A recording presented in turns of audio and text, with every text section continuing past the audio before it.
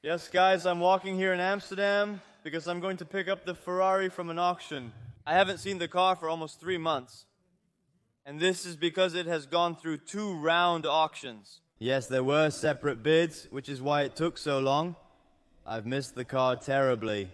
So not being able to drive the car for 3 months, not being able to create content with it, I can finally pick it up since it didn't sell. I'm curious about its condition and appearance, and I hope it's been cleaned. Fueled up? Well, not fueled up, of course, but yeah. At such an auction where the photos are taken, you can assume that it's clean. Such an auction has all sorts of pros and cons. We'll talk about that in a moment. First, let's start with something positive. We'll see, hear, and drive the Ferrari again. I'm totally hyped because it's incredibly fun. We're going inside, let's go. Well, guys, I'm inside at the auction. Yes, I see all kinds of old cars here. Actually, they're all older cars than ours. I see our gem. Oh, it's right here. Our Ferrari 360 Spider. Apologies for the lighting. It's a bit dark here. I hope you can see it a bit, but we will take it outside soon. Drive it, Heath. It's been on the trickle charger, which is why the mat is there. Super nice. So that means hopefully it will start later. Hasn't started for 3 months. And how much have I missed this little beast, guys? Of course, we have the car. With the cover included.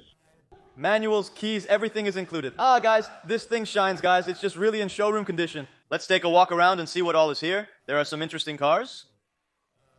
Usually just classic cars. A very old Golf 1 Cabrio from 1990.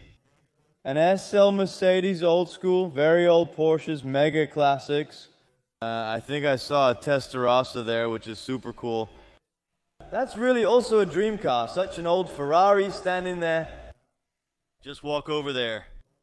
It also says very big, do not touch. Look at what a car, you can also just see that air intake on the side. Am I saying it right? Is it a Testarossa? Let's see what it says. It is quite a sight though. Ferrari Road, actually, how you actually have a Ferrari. It is a Testarossa indeed from 1996. What a car, guys. Look at this. Old school, but yes. Very thick and manual. I also don't know if they really had automatics at that time of 86, gosh, but there are a lot of nice things here. Also, a moped is still there, and an old Mercedes. Plenty of classics here. I'll start the Ferrari, but first I need to bring it up to oil pressure, since it hasn't run in a very long time. We'll first bring it up to oil pressure with the immobilizer so it doesn't turn on, then start it. I'm totally hyped. I'm curious if it's gonna work at all. I hope so. It should. It's been on a trickle charger, of course. I've missed this thing, guys. You can hear the F1 pump starting up, which is a positive sign. That's a sign that it's got power. They've disconnected everything here due to the battery, which was attached to the drawer, which is super nice. Sorry for the lighting. Before I actually started the Ferrari, I saw a Fiat standing here, guys. Look at this. It's really an old schooler. Look at this. Look at those benches they have. That's just crazy. Comfort, huh? Comfort from the year 0. Probably also automatic seat cooling, as you can see. We're going to build up oil pressure first, of course, and then we're going to start after that. Here we go.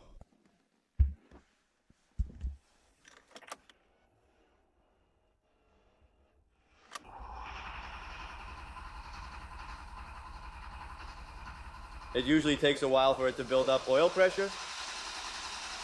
Here we go. Do you see that? All right. We have oil pressure, so now we're going to use the immobilizer. Then the alarm will go off. We're officially starting now. I've missed this little beast.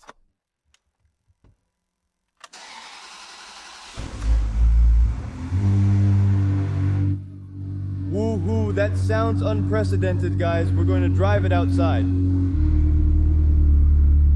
It sounds good, guys, all over the streets of Amsterdam. You know it, I stopped for a moment to close my roof because I already felt droplets, so we're going to close the roof for a bit.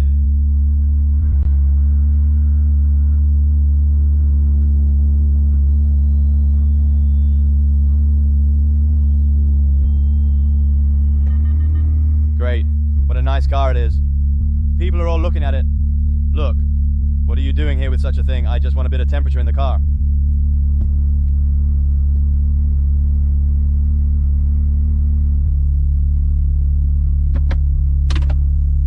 There was another small moment of stress. I'm about half an hour further. My green card or registration card was in my sun visor. It wasn't there, but luckily it's been found. It's not here in the Amsterdam branch, but it's in Uithoorn. So it's found at least so I can sell the Ferrari next Tuesday, which is super nice. They offered if they want to send it registered. Yes.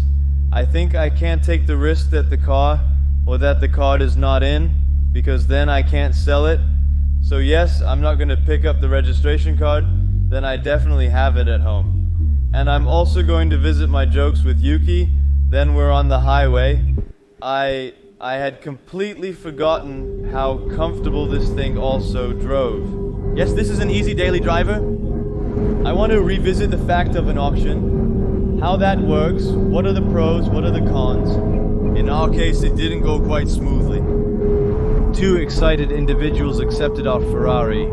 We agreed and took the car to Filia in Amsterdam, because they said that an auction was about to start there soon. After that soon start, it already took 2 weeks. Yes, once the car was on the auction, the bids came in very slowly. 6,000 euros, 8,000 euros, 12,000 euros. Of course, the car doesn't go for that. Such an auction lasts about 1 month. Oh, it's really raining hard. And after a month, the bids had risen to 46,000 euros, if I remember correctly. And of course, that's also an amount that the car won't be sold for. You have to realize that we are now about 6 weeks into the process. They had told us that there was a good chance they were going to sell the car, but of course they never know for sure. Yes, that car was not sold, so they themselves offered that if they do not sell a car, such a car goes into the second round. A new round of the auction, so to speak, where they will then bid again. Of course, this also took a week or two in the meantime, and so the new auction had started. Bids were going up this time, not to 46,000 euros, but to 52,000 euros. Well, that's also an amount that you obviously wouldn't walk away from for such a car. Yes, now we were really looking at how many weeks had passed. The car was sold just 10 or 11 weeks later, and we no longer had it in our possession. We weren't allowed to take it away because such an auction has certain viewing days. People can come by to view the car. And yes, they arrange. Of course, they handle everything, photos, advertising costs, or photos advertising, and of course the viewing days are arranged by them, and yes, in the end we don't have to put in any effort ourselves. And they find to buy for you at the beginning when we had offered that car. For the auction, there was talk of a net amount that we wanted for that car. With such an auction, you always have, the more expensive the car becomes, the less percent you had to pay in auction costs of that amount. In our case, if that car was going to be sold, we had to pay 4% in auction costs for the auction that they sold that car for us, etc., etc. So we wanted to know what net amount we wanted back for the car so they could see if that was feasible. Our net amount that we asked for the car was very feasible and really not high, because we just wanted to get rid of that Ferrari quickly so we could switch to new content for you. For us, it's very important that we have content very often, new content, new cars, and our money is just tied up in the Ferrari at the moment, so we had set our price quite low, in our opinion. But in terms of bids, it was nowhere near what we wanted our net price for that car to be. When the second auction was over, we had a phone call with the auction in this case, because I don't want to badmouth any company. And yes, so 52 was bid, 52.5 was bid for the Ferrari. But on the phone, we had a gentleman on the line, also the owner, who told us that if we agree to 57,500, the car is sold immediately, which we found very special because that didn't come out in the auction. You have to consider that every time we were in contact with the company, we were supposed to be called back on a Wednesday. It didn't happen. We would call again on Friday, and we would get a difficult response again with every passing of the cup. So the car was at the auction for 3 months, and every time it was the case that a new party came. They were interested in the car, but not in the official way, not according to the official bids, but just behind the scenes. We were also asked every time, can we lower the net price so that the car would still be sold? And you have to realize that such an auction always gets an amount higher than what we actually get. So what is the case here? had screwed our net price down low. The one who was interested still found that too much. Had we thrown our net price down again, and it's already more than 10,000 euros what we had done from that net price, they still did not agree on the price. And so this is not a very transparent system because the problem lies in the fact that we cannot literally see the bids. So of course we don't know what has been bid above our net price. It could be that an additional 4%, so what has been bid above our net price, can also be given to the auction house. Of course we don't know that, because you're constantly agreeing on a net price. So you don't know what is being discussed behind the scenes with such a party, besides such a 4% auction fee, of course. Maybe they're widening their margin with that. Maybe they're making more from the sale of a car.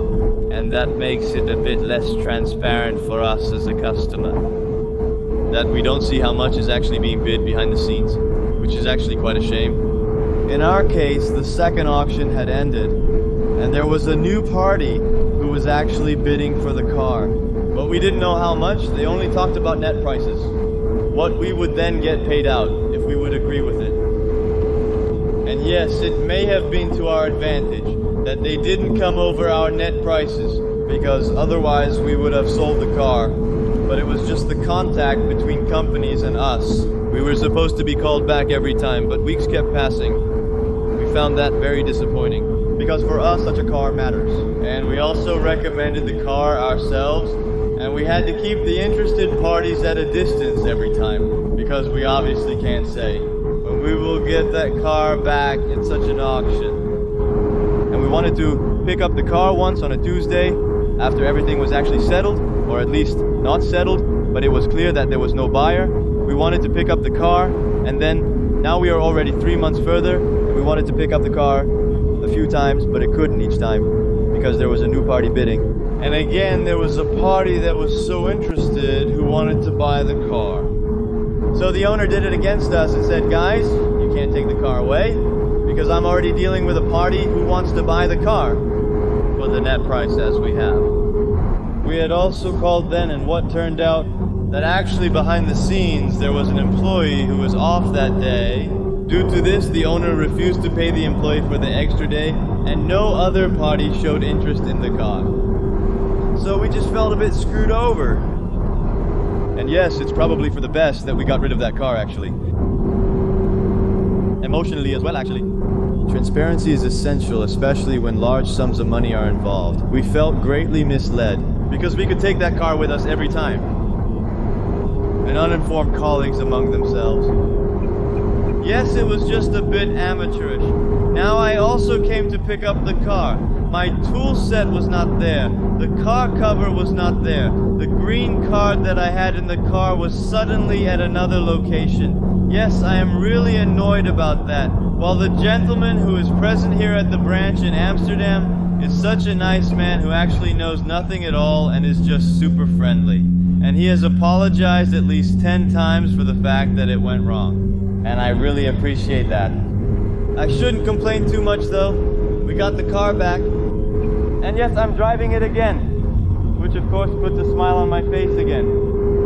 The green card is found. I'm picking it up now. And yes, I'm gonna visit my friends at Duke Design, see what exciting cars they have there. And I haven't had lunch yet. But anyway, it was a total of about 40 kilometers, and yes, that's also quite good for the car. Oh, I'm driving completely wrong. I'm driving completely wrong. So it's about 40 kilometers that I have to drive now. But yeah, that's also nice when a car has been standing still for a long time. Just calmly on the highway, just nice touring. Let it just be positive. Everything has been done well except for the sale.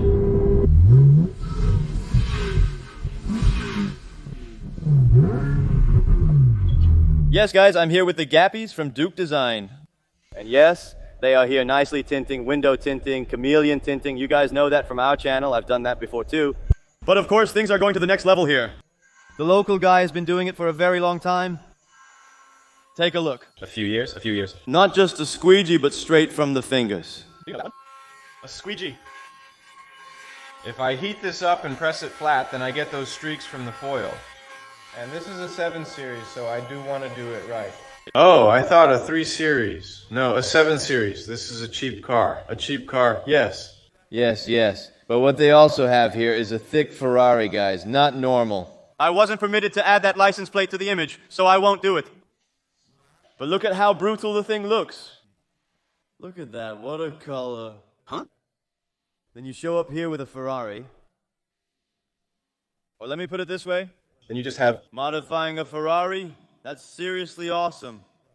Look, it's just connected to an electric vehicle charger, because nowadays the Ferraris are, of course, from FX90. It's just also electric vehicle. How epic is this, guys? Yes, at Dual Design you are simply at the right place. Whether you have a 7 Series or a smaller car, it doesn't matter. You are simply at the right place here. Look, they are doing a lot of remodeling, colors on the walls, super nice, had some good coffee. Then I'm sitting in a Ferrari again. I sold the car. It can go that fast. To the neighbor of Dual Design, he saw the car. He named me an X amount, and he says if I consider doing that, then he wants to have it. I said I wanted to call my little brother first, since the Ferrari was just sold after he made a down payment. I'll bring the car back on Monday. However, he has seen some points that need to be addressed. And a handsome guy gets to drive it, so that's super nice.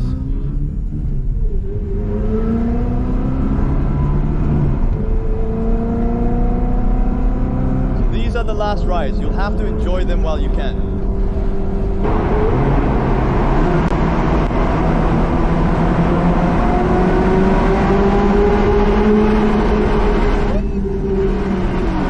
Back in the workshop, and who would have ever thought that my day would end like this? I want to pick up the Ferrari because it actually just didn't sell at the auction.